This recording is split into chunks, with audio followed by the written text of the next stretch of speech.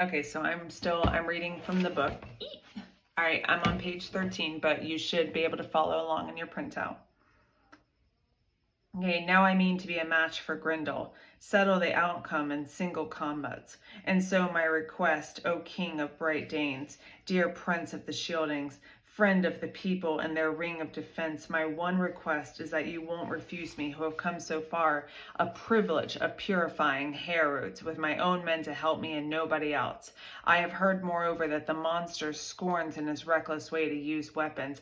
Therefore, to heighten Hiliac's fame and gladden his heart, I hereby renounce sword and shelter of the broad shield, the heavy warboard. Hand to hand is how it will be, a fight to life and death, fight with my fiend. Oh my God, Beowulf.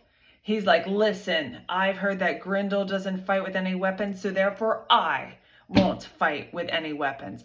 I am going to fight him in hand-to-hand combat to the death. I think it's fair to say this guy is a little bit arrogant. And whichever one death falls must deem it to be a judgment by God. No. If Grendel wins, it will be a gruesome day. He will glut himself on the gates in the war hall, swoop without fear on the flower of manhood as on others before.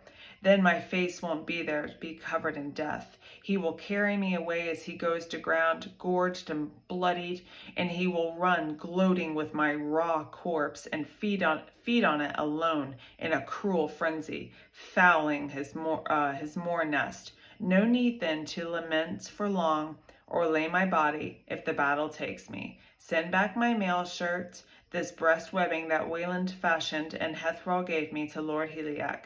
Fate goes on as fate must. And this is one thing about Beowulf that I think is really commendable.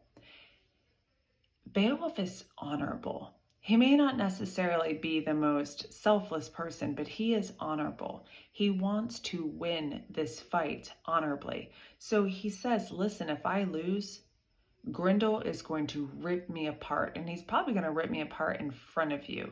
He is going to take me back to his lair. There probably won't even be anything of me left. And if he does, if I lose, you will let him, because that was the agreement. We will fight life and death, and that is the honor in that. That is the fairness, okay? We're not going to cheat. We're not going to be cowardly.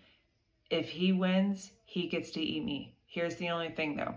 Find my armor, my chainmail, and send it back to our Lord Hiliac, so that way they have something to remember me by.